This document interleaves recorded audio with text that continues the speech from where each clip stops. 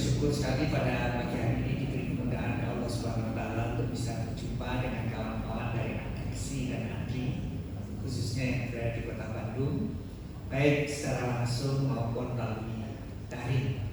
Saya bersyukur sekali itu baru kali ini saya bisa bersilaturahmi mengenai Ramadan itu sendiri. Sebenarnya apa yang disampaikan oleh Bapak Ketua Dr. Bambang Siswoyo, lalu Bapak Ketua Nasihat, Bapak Ketua Pembina, lalu Ketua Dewan Pakar, sudah lebih dari cukup kalau bicara soal Ramadan. Sudah lengkap sekali dari beliau-beliau itu. Sebenarnya juga mempermudah tugas saya. Saya akan menengok dari sisi lain saja yang belum disentuh. Menurut saya saum Ramadan itu sebuah peristiwa revolusioner. Selama 11 bulan kita ini membangun kebiasaan. Kebiasaan kalau pagi sarapan, kebiasaan bangun tidak terlalu awal menjelang subuh atau sedikit setelah lewat subuh. Tapi begitu Ramadan tiba, itu segalanya bisa kita ubah seketika. Tiba-tiba kita bisa menghentikan kebiasaan yang 11 bulan itu kita bangun. Gila, berarti. Bahkan kita bisa bangun jauh sebelum subuh. Kita bisa menunda tidur malam secara tiba-tiba. Ini sesuatu yang luar biasa karena tanpa kita sadari kita bisa membangkitkan potensi diri kita dengan tiba-tiba. Saya sendiri tidak menyadari tentang hal tersebut. Saya baru sadar pada waktu saya berada di tengah-tengah masyarakat yang tidak mengenal bulan Ramadan dan saum di dalamnya. Saya lama di Amerika Serikat 10 tahun. Di dalam grup riset saya, biasanya kita siang hari itu ada break minum kopi, setelah itu ada break makan siang, setelah itu ada break lagi minum kopi di sore hari. Tapi pada bulan Ramadan suatu saat itu saya diajak kawan-kawan, come on Hermawan, let's have a break. Saya bilang, I'm sorry, you can go. Saya bilang begitu. Dan itu berkali-kali lama-lama mereka heran. Kenapa kamu gak mau? Biasanya kamu mau. Kenapa yang kali ini gak mau? Baru saya bilang, I'm fasting. What do you mean by fasting? Apa yang kamu maksudkan puasa? Jadi saya tidak minum di siang hari. Oh really? Mereka mulai begitu. Tapi waktu diajak makan saya juga gak mau. So you don't eat and drink. How long? The whole day. Dari matahari sebelum terbit sampai matahari tenggelam. Mereka kaget. Berapa lama? Sebulan. Lalu dia bilang, Hermawan hati-hati kamu bisa mati. Dia kaget. Saya lebih kaget lagi. Kok sampai orang terkejut dengan melakukan hal yang bagi saya itu biasa. Ya kan? Bagi kita biasa. Tapi orang lain terkejut banget. Terkejut dan ketakutan. Takut saya mati. Karena kalau bulan itu Ramadan terjadi di musim panas, itu kita sahur itu kira-kira pukul 3. Lalu kita barangkali baru buka pukul setengah 11, 3 pagi sampai setengah 11. Jadi puasanya panjang banget. Dan kita selalu bekerja, tidak mengurangi ritme kerja kita. Ternyata kita bisa. Kita sanggup. Orang lain yang terheran-heran, kok bisa ada orang seperti itu. Nah, jadi saya baru menyadari bahwa saum itu membangkitkan energi dari dalam diri kita yang tidak kita sadari. Nah, tinggal energi ini mengapa diperlukan kalau kita sebagai dosen? Memerlukan energi yang luar biasa dosen. Sehingga saya pada waktu sering diberi kesempatan untuk memberi tausiah kepada dosen-dosen muda. Selama bertahun-tahun saya selalu bilang, orang yang memilih jalan hidup sebagai dosen itu adalah orang yang siap mengendarai kendaraan penderitaan. Itu saya sampaikan bertahun-tahun. Dosen itu adalah orang yang siap mengendarai kendaraan penderitaan. Ya karena saya sebagai dosen, ayah saya itu dosen. Ayah dan ibu saya itu guru SD sambil kemudian kuliah. Kemudian beliau bisa selesai kuliahnya, lalu berbuat jadi dosen. Dan saya tahu persis bagaimana penderitaan yang kebayang sama saya Sehingga pada waktu ayah saya mengunjungi saya, pada waktu saya kuliah di sini, waktu beliau meminta kamu jadi dosen aja, jadi guru, saya bilang nggak mau. Loh kenapa nggak mau? Saya nggak mau miskin. Nah itu jawaban saya. Saya masih ingat sekali saya menjawab itu pada ayah saya. Mungkin ayah saya sedih banget karena beliau itu dosen. Ya, dia ingin ada anaknya yang jadi dosen juga, tapi anaknya menolak karena takut miskin, karena membayangkan penderitaan orang tua saya. Sehingga saya selalu berkata begitu, hanya karena takdir akhirnya saya mau jadi dosen. Jadi dosen ini memang perjalanan yang kalau saya merasakan perjalanan. Kalau sekarang dosen sekarang anak yang muda-muda udah pada punya mobil, ya begini deh. Muda-muda udah banyak punya mobil, lalu wajahnya terlihat berminyak. Ya. Jadi beda dengan generasi kami. Generasi kami adalah generasi kolonial yang sangat sulit. Nah saya memiliki asumsi yang pertama, mestinya walaupun tidak semuanya, tapi statistically semua dosen itu ingin mencapai karir puncak, yaitu profesor. Kalau ada yang menginginkan karirnya menjadi rektor itu salah, karena rektor ini selama 5 tahun cuma 1. Tapi kalau jadi profesor semua bisa, asal mau. Nah, ini asal mau ini penting. Jadi, pertama itu asumsi saya, semua dosen ingin mencapai puncak menjadi guru besar. Yang kedua asumsi saya, semua yang sudah guru besar itu tetap ingin berada di zona nyaman, menikmati privilege dan fasilitas karena perjuangan kerasnya selama bertahun-tahun. Begitu ya, ini asumsi saya. Asumsi saya ini tidak berlaku ya untuk semuanya mungkin, tapi statistically seperti itu. Karena ada orang yang memang nggak mau menjadi profesor. Saya bujuk-bujuk mana dia marah. Mas, jangan ganggu saya sudah ikhlas. Saya sudah bersyukur bisa jadi dosen. Jangan dibujuk-bujuk saya jadi profesor. Saya nggak ingin jadi profesor. Ada itu. Dia sudah doktor. Dan dia karyanya banyak, tapi nggak mau dia. Saya sudah ikhlas dan saya berbahagia sekali diberi kesempatan Allah bisa pada posisi seperti ini. Anak saya juga S3 semuanya, sekolah di luar negeri semuanya bagus. Jadi nggak apa-apa, saya ikhlas jadi profesor katanya. Ya sudah, dia marah sama saya, ya udah saya nggak berani lagi kan. Dia akhirnya jadi profesor. Dia ikhlas. Karena jadi profesor kan tidak mudah. Saya pun pernah ikhlas nggak jadi profesor, nggak apa-apa, ikhlas banget saya. Karena saya punya kesibukan macam-macam. Jadi profesor kan pada waktu zaman saya mula-mula, zaman saya itu profesor nggak ada sertifikasi, nggak ada. Asal jadi pejabat, bisa punya paper di 1-2 conference, bisa jadi profesor zaman dulu, zaman kolonial. Itu seperti itu, zaman dulu lah pokoknya. Tapi lama-lama itu ada syarat. Saya belum profesor, ada syarat publikasi. Tapi saya sudah ikhlas jadi profesor, nggak apa-apa. Ikhlas. Enggak saya ikhlas. Jadi saya tidak menemukan kemauan untuk jadi profesor. Lama, makanya saya profesor saya telat. Umur 56 baru jadi profesor, telat banget. Jadi nggak menikmati cukup lama fasilitas dan privilege sebagai profesor. Tapi saya ikhlas banget.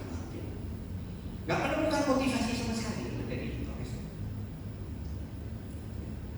Jadi saya gak menemukan energi dari dalam diri seperti yang dibangkitkan pada waktu kita tiba-tiba masuk bulan Ramadan dan sahur. Kan tiba-tiba energinya luar biasa yang dibangkitkan itu.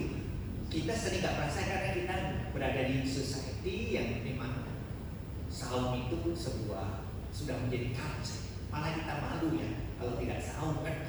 Jadi tekanan sosialnya besar. Tapi kalau di masyarakat tidak begitu, mereka terkadang ada orang yang sanggup tidak makan minum sehari, dan nggak cuma sehari, sebulan. Dan itu bisa 15 jam nggak makan nggak minum. Mereka terkadang seperti yang saya ceritakan.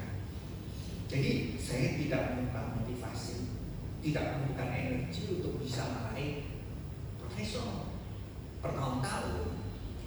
Tapi suatu saat istri saya bilang, Mas kalau bisa jadi profesor supaya asap dapur mengepul lebih kuat. Very simple, the reason it is very simple. Nah, itu mendorong saya waduh. Ya, dan syarat itu sudah harus punya publikasi. Dan senior saya bilang jadi profesor itu jangan minimalis. Jadi sudah punya publikasi nggak jadi lagi. senior saya mengatakan jadi profesor itu jangan minimalis. Dan saya itu orangnya kan udah tersinggung. Walaupun dia sangat halus, tapi itu saya tahu itu diarahkan pada saya. Kalau nggak diarahkan pada saya, dia tidak akan ngomong di depan saya kan begitu. Jadi kan saya harus bekerja lebih keras lagi. Tapi sudah menemukan Recording in progress. simple karena istri. Dan banyak orang yang menemukan motivasi beda-beda. Ada kawan saya punya motivasi lain lagi. Dia lihat kalau profesor kalau meninggal itu dibawa ke gedung di universitas. Kalau nggak profesor nggak dibawa. Wah, gua pengen juga nanti matinya lewat universitas. Wah, dia bekerja keras jadi profesor akhirnya. Cuma dia kaget juga jadi profesor itu harus nulis publikasi. Kalau enggak bisa. Jadi kaget juga dia sudah jadi profesor. Wah, dia risetnya luar biasa. Dia jadi orang kedua di IPB yang indeksnya paling tinggi. Dan dia melakukan itu setelah jadi profesor. Jadi setelah jadi profesor nggak langsung diem, bekerja terus karena dia sudah memperoleh privilege. Ini saya sampaikan karena pasti sebagian besar para dosen itu ingin jadi guru besar. Karena memang dapat nikmat tuh jadi guru besar itu, dapat privilege. Kemana-mana dihormati, bahkan tidak apapun tunjangannya tinggi kan sudah mencapai level makom seperti itu. Jadi wajar kalau semuanya itu ingin di sana. Jangan semuanya ingin jadi rektor nggak bisa, rektor tampil nggak semua bisa jadi rektor. Tapi kalau jadi profesor bisa, cuma asal mau. Nah maunya ini yang harus diarahkan, memakaikan energi dalam diri tinggi, ya. Karena ingin meraihnya itu secara terhormat, bermartabat dan berintegritas. Ini penting, ya harus disadari bahwa negara memberikan privilege, memberikan tunjangan yang lebih dari biasanya, besar itu juga. Kalau untuk saya besar, karena sebulan kita garanti kita dapat at least barangkali 20 juta, 25 juta sebulan, garanti. Kan in return kita harus punya tanggung jawab moral ya kepada bangsa dan negara yang telah memfasilitasi. Tapi itu kan nggak bisa ganti lagi Mbak. Jadi begitu mau maka perjuangan dimulai. Ini jalan panjang, banyak yang jalannya itu seperti fungsi step, tiba-tiba maunya tiba-tiba dia nggak bisa. Akibatnya banyak yang tidak proper, tidak pada tempatnya, melakukan hal-hal yang tidak baik. Jadi tidak salah punya keinginan jadi guru, sama. Malah kalau bisa secepatnya mempersiapkan diri, begitu LK langsung mulai aja tancap gas misalnya gitu. Jadi waktunya masih panjang untuk dijalani sehingga bisa mencapai secara terhormat, secara bermartabat atas dasar integritas, dan dia merasa bahwa ya itu menjadi haknya karena dia menempuh jalan panjang ya untuk ke sana. Ini penting menurut saya, dan kita sebenarnya bisa menemukan energi itu karena ya kita setiap tahun kan dibangkitkan kembali energi dari dalam diri kita melalui ibadah saum itu. Dan kalau kita baca ayat-ayat tentang saum itu dari Al-Baqarah 183, 84, 85, 86, 87. Itu awalnya kan la'anakum tatakun, ditutup. Berikutnya in kuntum ta'lamun. Jadi perlu ada knowledge. In kuntum ta'lamun, jika kamu tahu, kan artinya kita harus memiliki knowledge tentang ya saum dan sebagainya, termasuk kita bisa tahu ternyata saum itu diantaranya membangkitkan potensi diri. Pekannya udah diberi oleh Allah Subhanahu wa Ta'ala. Tapi potensi ini kan seperti itu. Air yang berada di tempat tinggi selalu turun ke bawah. Dia sebenarnya punya potensi karena melepaskan energi potensial. Dia bisa menggerakkan turbin. Kita diberi potensi oleh Allah Subhanahu wa Ta'ala. Tapi potensi itu harus bisa dirubah menjadi kerja. Baru dia punya manfaat. Allah menginginkan kita jadi khalifatullah fil ardh, pasti difasilitasi sama Allah. Tidak mungkin, karena Allah itu jauh dari sifat tidak adil. Allah itu maha adil. Jadi difasilitasi. Nah, kita potensi itu dia mesti harus diasah, harus dipergunakan dengan baik, sehingga kita bisa memperoleh manfaat dan potensi yang diberikan oleh Allah Subhanahu wa Ta'ala. Jadi saya melihat saum itu memiliki sesuatu yang sering kita abaikan karena bagi kita sudah menjadi rutinitas. Apalagi bagi mereka yang juga biasa saum Senin Kemis ya. Jadi tidak ada sesuatu yang terlihat sebetulnya luar biasa ya. Tapi sebetulnya memiliki sesuatu yang luar biasa kalau kita mau merenungkan, memikirkannya, menelusuri. Karena memang tidak mungkin itu bisa kita memperoleh manfaat tanpa ilmu yang diuntungkan. Namun setelah itu memang setelah memiliki knowledge, pengetahuan yang cukup, lalu dari situ tuh wala alakum tashkuru, ya, kita harus bersyukur. Kalau kita baca urutan ayat Al-Quran itu kan penutupnya seperti itu. Takun untuk ta'lamun, tashkurun, yarshudun, la'allahum yattaqun, lagi kembali kan seperti itu urutan ayatnya itu. Jadi memang prosesnya seperti itu. Prosesnya berjalani seperti itu. Jadi kalau saya melihat tentu ini adalah sesuatu yang tragedi yang terjadi. Sebagian besar adalah kita-kita yang melakukan saum, tapi pada saat ada keinginan yang tidak salah, tapi karena tidak dipersiapkan dengan baik, lalu melakukan hal-hal yang tidak pada tempatnya, ya kita sering mendengar ya, itu menjadi rahasia umum, ada yang terpaksa akhirnya dikenakan sanksi, ada yang dicabut lulusannya, ya. Itu kan tragedi. Karena kalau kita baca undang-undang tentang siapakah dosen itu, kan diantaranya peraturan menteri yang terbaru, itu kan diantaranya ada yang menyatakan sebetulnya dia itu harus bisa menjadi teladan. Bisa dibaca itu peraturan yang baru dari menteri yang menjelaskan undang-undang guru dan dosen. Dosen itu di samping dia adalah pendidik profesional, sebagai pendidik, ya kalau bisa juga dia mampu memberikan contoh teladan tentang nilai-nilai akhlak, tapi juga seorang ilmuwan. Jadi perlu ada dharma kerja. Bedanya dengan guru, kalau dosen itu kan ada dharma penelitian, kalau guru tidak ada. Nah, 3 dharma ini kalau saya lihat dalam perjalanan, karena saya juga jadi dosen, jadi lama menjalani dosen. Guru besar saya terlambat karena saya tidak mau pada waktu tidak menemukan. Itu kita tahu persis. Dosen itu yang paling mudah dari 3 dharma itu. Yang paling mudah dikorbankan itu adalah penelitian. Paling mudah. Kalau pengajaran itu tidak akan dikorbankan, karena itu dari situ kita juga mendapatkan tambahan maisha. Kalau sekian SKS kita dapat maisha sekian. Tapi kalau penelitian nggak ada, rewardnya mungkin nggak ada.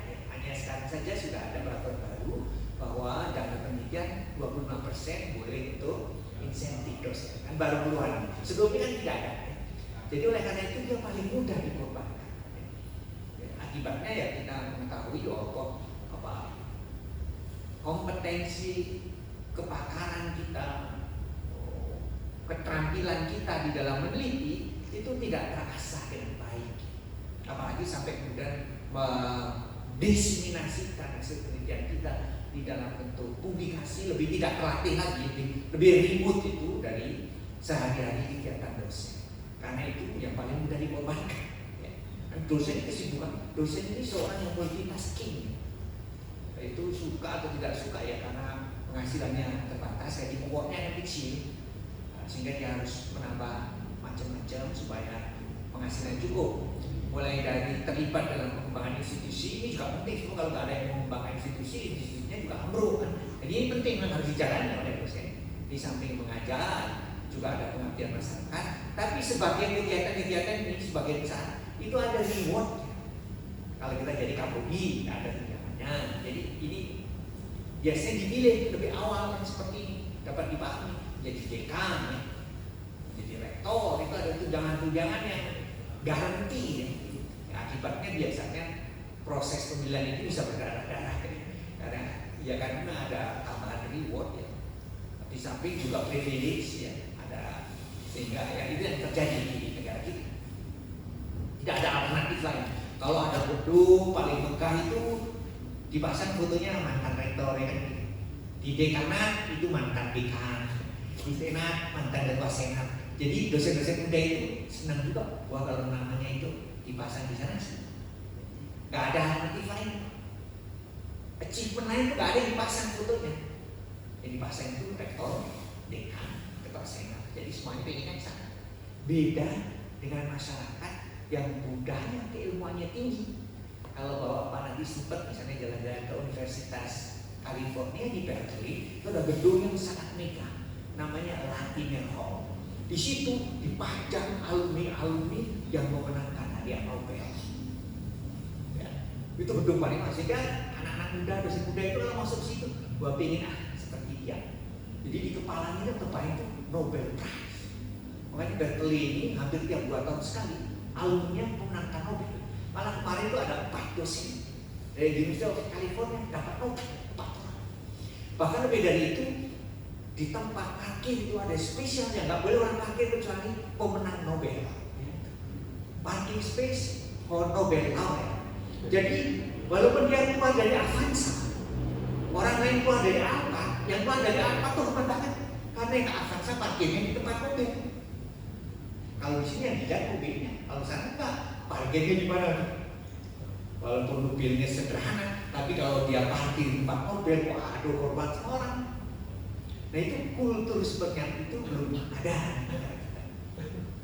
Jadi memang ini sebuah tantangan bagi kita membangun budaya keilmuan. Padahal Al-Quran itu jelas-jelas ya, afala ta'qilun, afala tatafakkarun, afala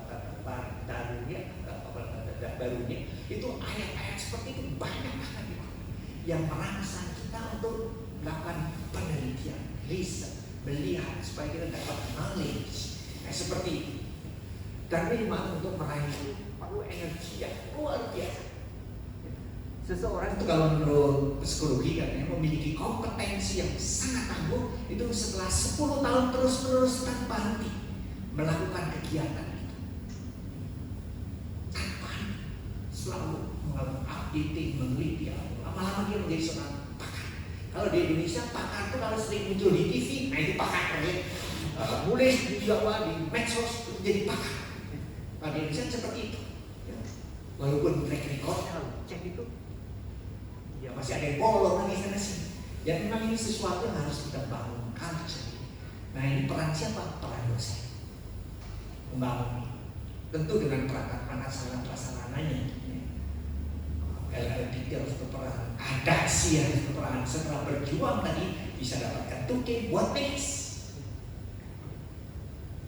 Ya melakukan barangkali advokasi, bagaimana jadi profesor dengan benar, itu mungkin salah satu tugas adaksi. Ya. Membangun quality, ya. Itu juga tugas adaksi. Memang tidak mudah ya, mengelola suatu kegiatan yang tidak ada immediate reward yang kelihatan. Ya. Nggak kelihatan, pengurusnya juga nggak dapat honor yang harus adaksi. Nggak dapat honor ya. Kadang-kadang juga penghormatan dari kawan-kawan nggak ada, walaupun sudah diperjuangkan bisa dapat begini. Harus siap nih kalau organisasi seperti ini, memang harus siap kita. Kalau kita berani terjun untuk mengelola sebuah kegiatan, ya kita harus siap. Termasuk tadi itu, karena dalam pidatonya Presiden Prabowo Subianto kan mengatakan bahwa suatu bangsa yang makmur itu bisa dicapai jika dia menguasai ilmu pengetahuan dan teknologi. Itu kata Presiden Prabowo. Dan sebelumnya juga riset dari Bank Dunia dalam report Bank Dunia tahun 1999 juga mengatakan yang sama ya. Hanya mereka yang bisa creating, adapting, using, disseminating itu knowledge itu yang bisa economically itu terus tumbuh ya. Dan fakta yang menunjukkan seperti itu. Jadi peran dosen luar biasa untuk itu. Jadi saya berharap bulan Ramadan ini menyadarkan kembali ternyata kita punya potensi.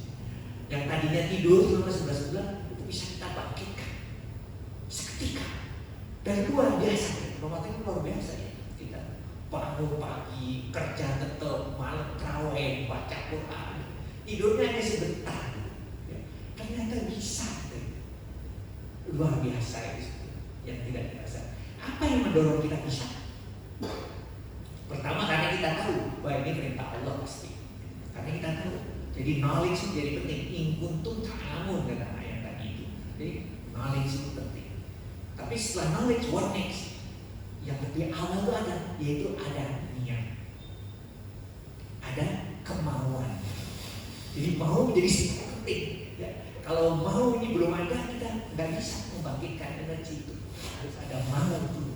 Mau untuk ya mentaati Allah, mau untuk melaksanakan sesuatu, mau untuk meraih sesuatu, Lalu karena diikuti dengan knowledge, knowledge-nya itu mengajarkan harus benar, harus mudah-mudahan juga terhormat, bermartabat, lalu berintegritas. Nah ini penting yang semacam itu. Kenapa?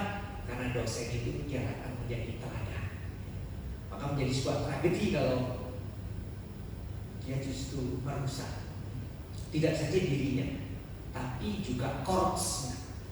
Korpsnya juga rusak terhadap banyak hal yang dilakukan oleh sebagian dari kalangan kita kan mencoreng tidak saja yang bersangkutan. Universitasnya juga kena istilahnya red flag ya.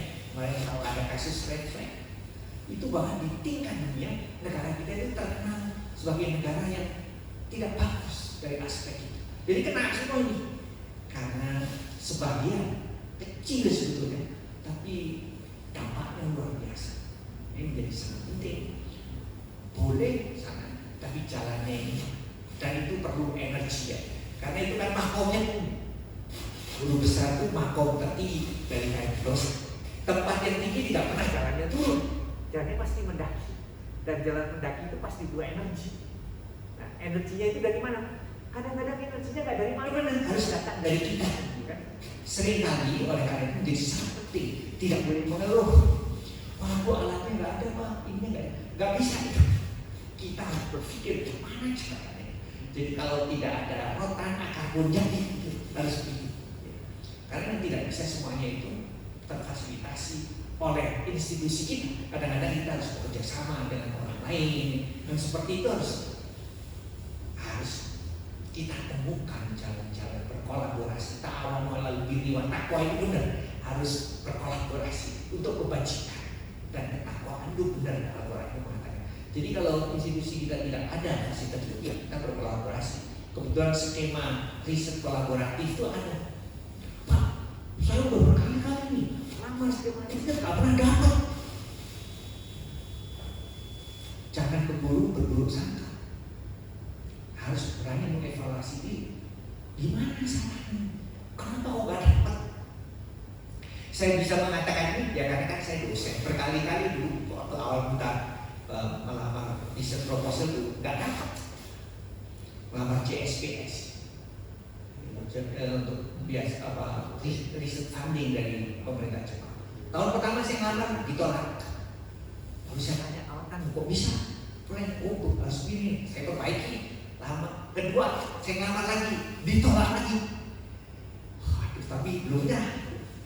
Akhirnya yang ketiga saya ngelamar, kebetulan selama 1 tahun, 2 tahun, 3 tahun itu betul-betul reviewnya sama. Jadi reviewnya begitu saya masuk itu dipanggil, duh bapak lagi bosen saya lihat wajah bapak. Terus saya bilang, kalau itu nggak bosen harus dikabulkan sekarang. Kalau nggak tahun depan sih datang lagi. Akhirnya sih dikabulkan. Jadi memang penting menghadapi situasi apapun ini jangan mengeluh. Kalau mengeluh itu menekan potensi diri dan menyebabkan kita tidak kreatif. Karena saya sering mendengar ya kawan-kawanku mengeluhkan macam-macam. Padahal kalau menyadari makom profesor tinggi itu pasti jalan benar nih. Ya pasti banyak kesulitan itu pasti. Seperti kita pernah dulu sebelum punya gelar doktor, ingin nyampe gelar doktor kan bahaya itu sulitnya bukan main ya. Kita harus bekerja, harus bayar sendiri kadang-kadang. Wah, pokoknya luar biasa. Kita bisa melewatinya, sama saja itu. Jadi guru besar tidak selesai. Nanti saya jadi guru besar, ini ada peraturan yang ikut retensi profesor. Profesor yang nggak perform dihentikan nanti itu jangan. Baru keluar peraturan yang kemarin sudah disampaikan oleh Ibu Direktur ya, saya kalau nggak salah Ibu Direktur Sumber Daya itu jelaskan tentang peraturan-peraturan baru kenaikan jabatannya. Jadi kita dipacu terus untuk berkontribusi agar kita bisa mempertanggungjawabkan fasilitas, insentif, tunjangan, privilege, zona nyaman. Dari zona nyaman itu ya harus diberikan juga kewajiban kita kepada negara. Nah, moga-moga Ramadan kali ini kita bisa melihat bahwa kita punya potensi yang luar biasa, bisa kita bangkitkan. Moga-moga kita bisa menemukan kenapa kok bisa saya bangkitkan. Nah, lalu potensi seperti itu, energi seperti itu kita arahkan untuk mengejar berprestasi, berkontribusi secara nyata, lebih direct, termasuk juga tidak salah mengejar privilege, mengejar zona nyaman, supaya kita punya penghasilan aman. Boleh, tidak ada yang salah dalam agama. Bisa bayar zakat lebih, bisa menyekolahkan anak sekolah yang baik, kan tidak ada salahnya. Bisa menyantuni keluarga dengan baik, tidak ada salahnya sama sekali mengenai hal tersebut. Jadi saya mendoakan kawan-kawan yang belum bisa berjalan ke sana, kawan-kawan yang sudah di zona nyaman tetap produktif, tetap memberikan kontribusi secara nyata, minimal yang dituntut itu bisa kita penuhi, syukur-syukur bisa lebih. Dengan demikian semoga kita bisa mewariskan Indonesia esok itu lebih baik dari hari ini. Itu yang kita harapkan. Saya kira ini saja yang ingin saya sampaikan. Saya mohon maaf, saya harus segera kembali ke Jakarta. Saya harus mengejar kereta api sehingga tidak bisa lebih dari pukul 10. Saya doakan agar terus berbakti para organisatorisnya, pengurusnya memiliki militansi. Dan militansi ini penting. Ya, kalau ada militansi begitu sudah mencapai tukinnya lalu melemah, padahal tetap diperlukan ya organisasi untuk bisa memperjuangkan kepentingan bersama yang tidak diperlukan. Jadi saya doakan dapat terus melanjutkan tugasnya, semoga memperoleh kemuliaan dan keberkahan. Rabbana taqabbal minna siyamana wa salatana wa ruku'ana wa sujudana wa tilawatana. Rabbana taqabbal minna innaka antas samiul alim wa tub 'alaina innaka antat tawwabur rahim. Allahumma rabbana atina min ladunka rahmah wa hayyi lana min amrina rasyada. Ya Allah, kami menyadari kelemahan kami. Oleh karena itu kami harapkan dari sisimu rahmat dan kasih sayangmu, dan sempurnakanlah semua usaha-usaha kami. Allahumma rabbana la tuzigh qulubana ba'da idh hadaitana wa hab lana min ladunka rahmah innaka antal wahhab. Rabbana hab lana min azwajina wa dhurriyyatina qurrata a'yun waj'alna lil muttaqina imama. Allahumma khtim lana bi husnil khatimah wa la tahtim alaina bi su'il khatimah. Rabbana atina fid dunya hasanah wa fil akhirati hasanah wa qina adzabannar. Subhana rabbika rabbil izzati amma yasifun. Wassalamun ala mursalin walhamdulillahi rabbil alamin. Assalamualaikum warahmatullahi wabarakatuh. Waalaikumsalam warahmatullahi wabarakatuh. Baik, terima kasih kepada Bapak Ustaz Profesor Dr. Insinyur Hermawan Kastodiboyono. Maka dengan berakhirnya tausiah dan sedikit pengalaman dari Prof, mungkin materi tausiahnya saya minta admin nanti share di kolom chat ya, jadi nanti Bapak Ibu bisa melihat di kolom chat. Baik, selanjutnya untuk teman-teman silakan dibuka dulu, kita foto bersama sebentar ya.